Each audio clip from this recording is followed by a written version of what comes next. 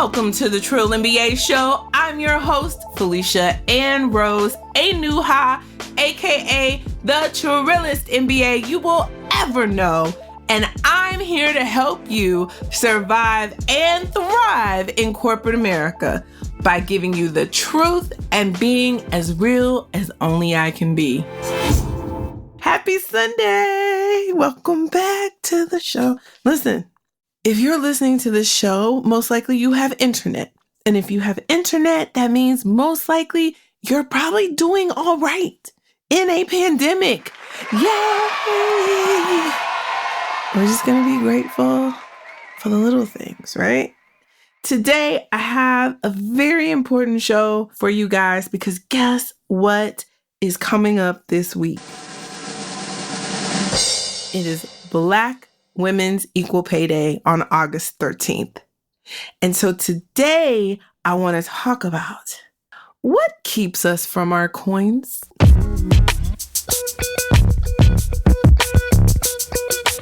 So today we're going to focus on our mindset and we're going to unpack why are Black women getting paid 62 cents on every dollar a white man makes, right? Like, why is that?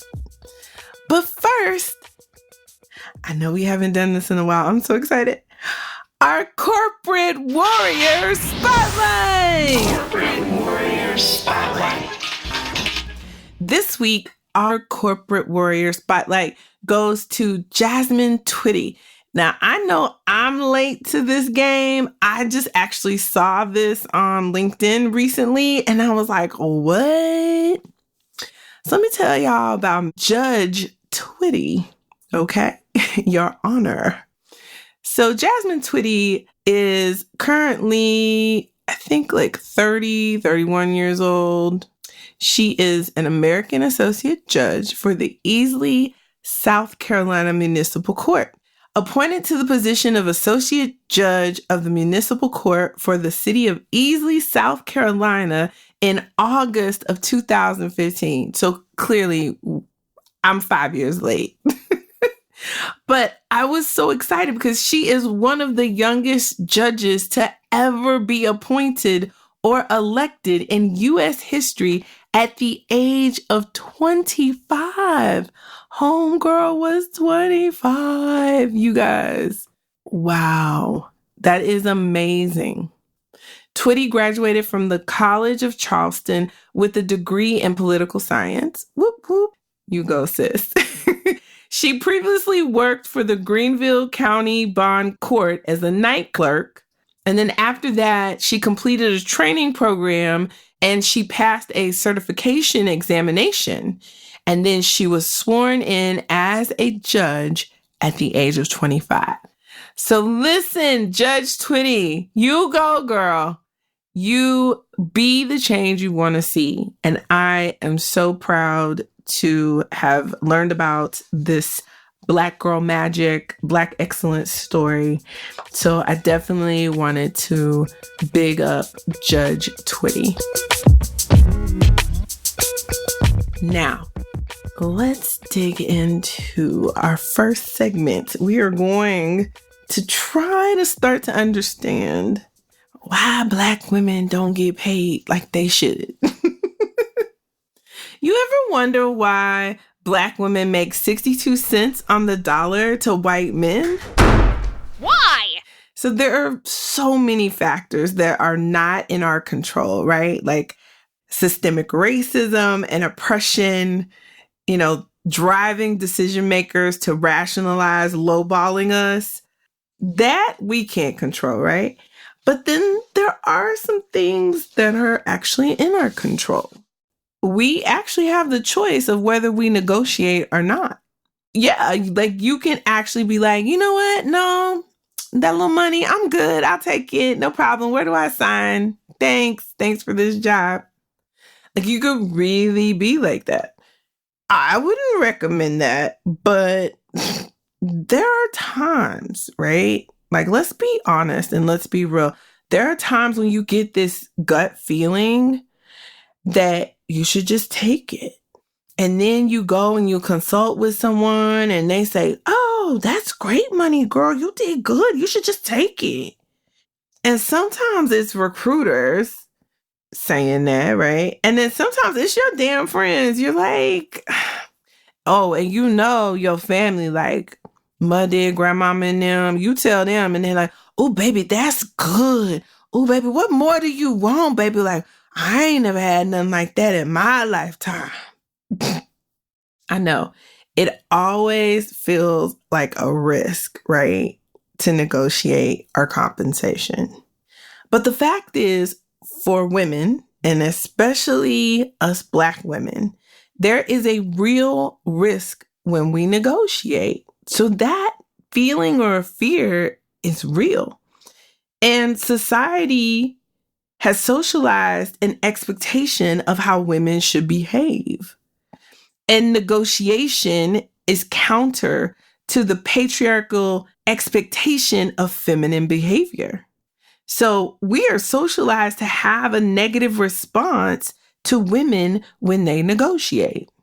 So much so, the one tactic that women have been coached to use during negotiation is the I-we strategy, also known as relational strategy. So research demonstrates that women who adopt this strategy, in which they show concern for other people's perspective in the negotiation, they can actually minimize the real social cost of negotiation for women. So the social cost for us is the backlash we get when we negotiate for ourselves, right? And so if you couch your negotiation and frame it up in if you do this, actually what you're doing is you're helping the organization because I will then come in and do XYZ. Or let's say you're already in a company and you're negotiating for more resources and you say, oh, our department is stretched thin. And if we had 2 more headcount, what that would do is that would allow us to get this done faster, be more productive, and deliver better results for the organization overall. And so what that means is if you give me 2 people, it'll be better for you, right? When the truth is you should be able to say, hey, I need 2 more people on my team. Here's the projects you've given me. I'm under-resourced, I'm understaffed, and you need to help me. Women can't do that. Or at least you can do it, but you probably won't get the results that you want. And so if you couch things in the win-win, that's a tactic that we have to use as women in order for us to win our negotiations. And I'm going to tell you right now, sis, like, that's frustrating. Why can't you just ask for what you need, right? But the biggest takeaway I want you to have is that you are not crazy. The social penalty for women negotiating and asserting themselves in that negotiation, that's real. That is so real. And sometimes your intuition is telling you that. And it's a combination of intuition and fear, right? And so in negotiation, you must trust your gut, but you have to balance that intuition with research, confidence, and negotiation tactics.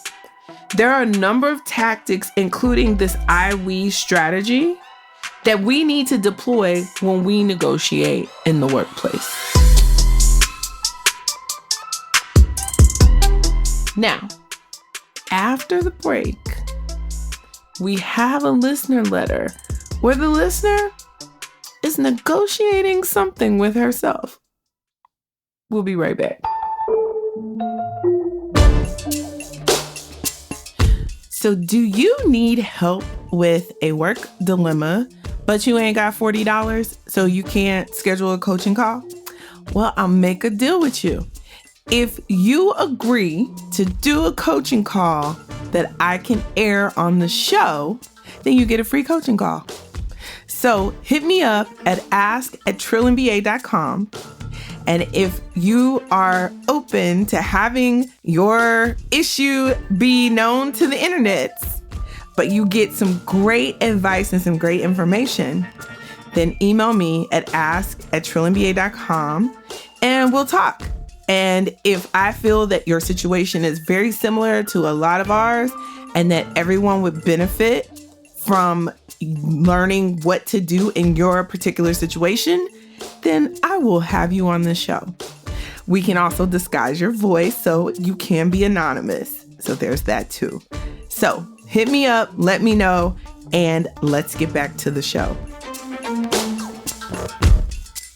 And we're back from the break. Hey, listener letters. I know, right? We getting back in the groove of this thing. The pandemic threw us off, but I'm coming back to basics, y'all. We're going to keep the structure God has said at the beginning of this season. So thank you guys for sending me all your listener letters. I love getting them. I try to respond as best I can. So if I haven't, forgive me. Send me another email again and bring it back up to the top of my inbox. You know, really grateful to all of you guys who listen to this show every week. And I picked this letter because I was like, whoa, this is deep, right? So the letter reads like this. Dear Trill MBA, I'm on track for promotion at the beginning of the year and I'm 20 weeks pregnant. Oh, well, congratulations, girl. Like, that's amazing. Not only are you on track for promotion, but you're about to have a baby too. Like, life. In the Rona. You get it, girl. But she goes on to say, I haven't told anyone at work, not even my manager. The company doesn't have the best track record of promoting people about to go on maternity leave. I also can hide my pregnancy due to working remotely. Should I tell my manager now or do I wait until the last minute? I want to tell her sooner, but I don't want my pending promotion process to be put on hold. Oh, girl. This is real. Like, this is sticky because, you know, there are some organizations, and I know a lot of HR people are like, nuh-uh, we can't discriminate like that. But see, that's not how life works. People are people. And they do crazy things. And some company cultures really embrace maternity leave. Like, a lot of women will go on maternity leave so they can get their promotion because that kind of is what happens for some women in some organizations. But for this listener, that's not the case. There's a real concern there around, you know, is this going to throw my promotion off track? And I'm assuming at this company, there's this process. And so there's a lot of aligning, a lot of, you got to be slated. And then there's a committee and all this other stuff has to happen before. And so if you're not visible in every way possible, even during a pandemic, if you're not driving or pushing for your advocates to keep the ball rolling while you're out on maternity leave, which you can't contact people at work when you're on maternity leave, that could be a monkey wrench. So I just want to tell you out there, that's a real concern. You're not crazy, right? Okay, check. Now, if you are cool with your manager, I would schedule a Teams, Zoom, Blue Jeans, however you guys conference. I would schedule time with her and I would just have a real conversation with her about, you know, your concerns and your hesitations, right? Especially since your manager's a woman. Hopefully she is a mom and she's been through this. And so she can help you navigate how to stay on track with the promotion and have a happy maternity leave, right? One thing I would do is just make sure you tell her, like, look, I'm already strategizing and planning the transition plan so you won't have to worry about anything while I'm out, right? So make sure you know, win-wins. That's what you got to work on. And you tell your manager that. So hopefully you can strategize together on how you will keep that process going. Now, if you don't feel that trust, or you don't have that trusting relationship from your manager, and you're on a promotion track. So you should be good, but sometimes you can find yourself, if you're navigating properly, you've been using some of these tips and tricks and tactics from this show. You have other advocates and sponsors outside of your manager. Your manager is just one of those bosses who are indifferent, right? And they're out of the way. So if you have that type of boss, I would say lean into one of your advocates or one of your mentors, preferably a woman, right? Somebody who can empathize and sympathize with you being pregnant and what that means. Somebody who's been at the organization for a while and they understand how to get around and navigate around this cultural barrier. But really and truly, it's the strategizing of how to move through the organization, when to tell the organization, maybe you can get the process rolling earlier for your promotion, as far as gaining all the alignment you need, getting people to head nod. So even while you're out, they've taken all of the things, the great things you've done and all the rationale of why you are up for promotion, and they won't hold it against you that you will have this gap in time where you haven't been working, right? So either way, you want to make sure you create transition documents and make sure you wrap up as many projects as you can before it's time for you to leave. So that still looks favorably upon what impression you're leaving to the organization, right? And that you were concerned about the organization and you put the organization in a priority position as you were getting ready to go on leave. So that's my advice to you. I wish you all the best. I think you're going to be fine. I don't want you to have any fear around it. Positive vibes only, healthy babies only, # healthy Rona baby, right? So listen, guys, if you have a work-related dilemma, email me at ask@trillinba.com. Put listener letter in the subject so that I know I can read your letter on the show. And so after the break, we're going to talk about some things you can do to support each other during this time as we think about equal pay, right? And we'll wrap up the show. So we'll be right back. Why is corporate America so hard for us? This is the question I have been working to tackle for the last 2 or 3 years, right? And mostly selfishly for myself. Listen, I grew up in a small town. I was raised by a single mom who was a teacher's assistant at elementary school most of her career.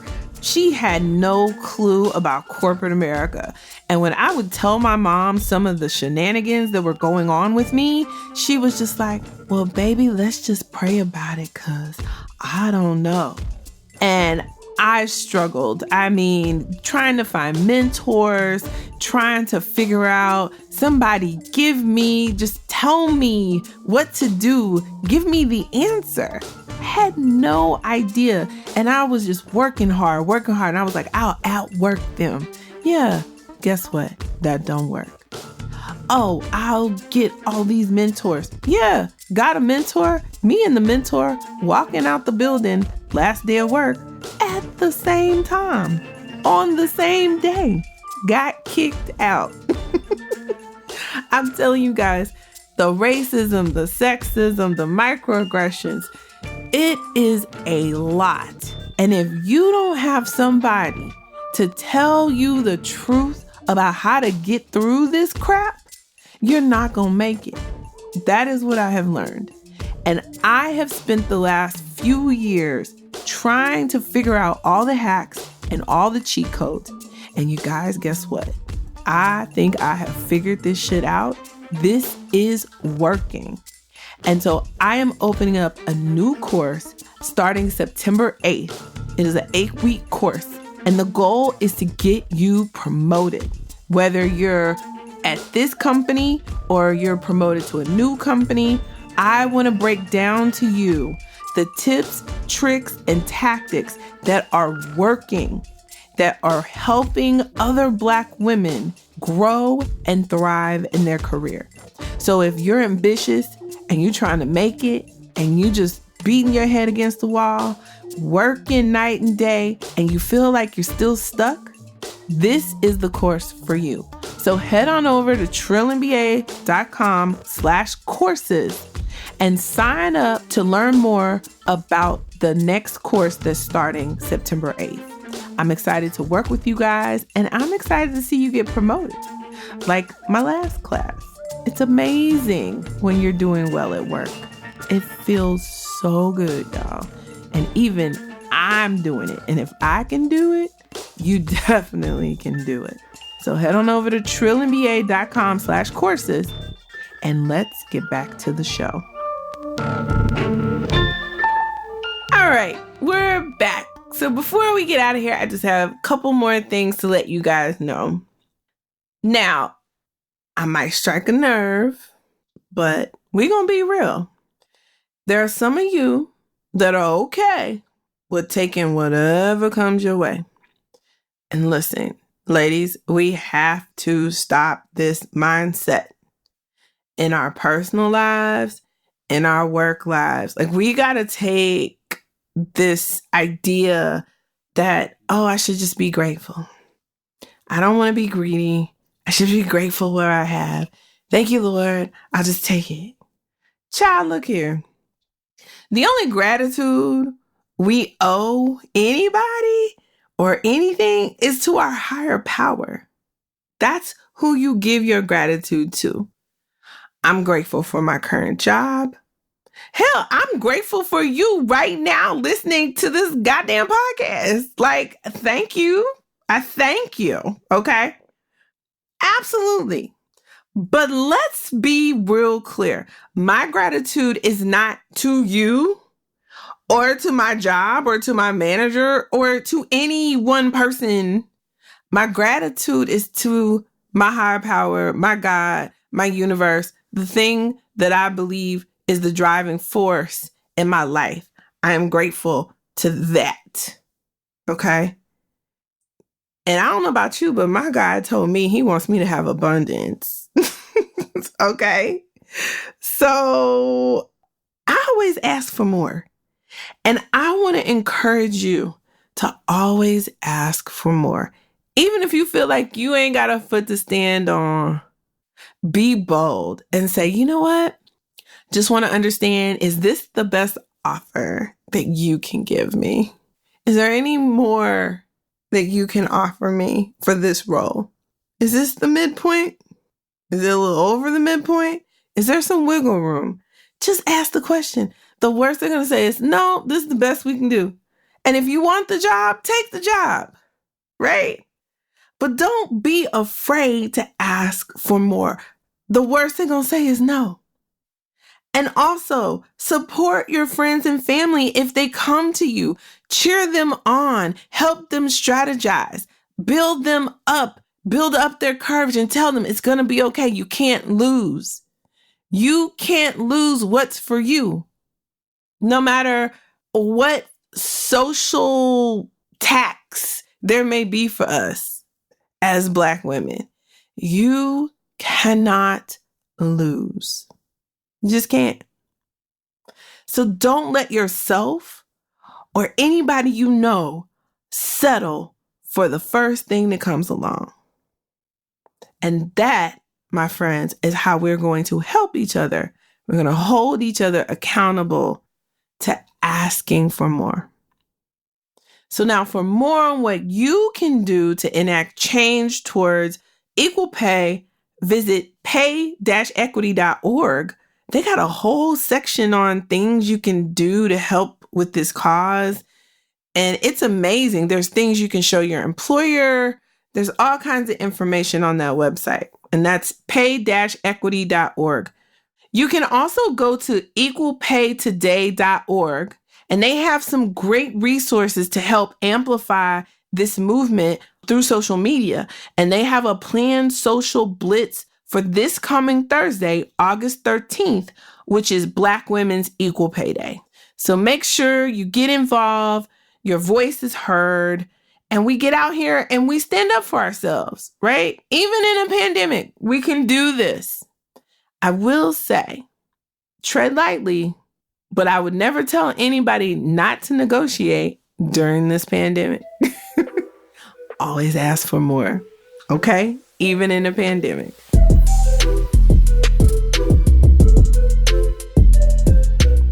So now listen, if you need some help or advice about a specific situation, go to trillmba.com/coaching to schedule a 30-minute consultation with me to help you strategize and walk through your specific work situation.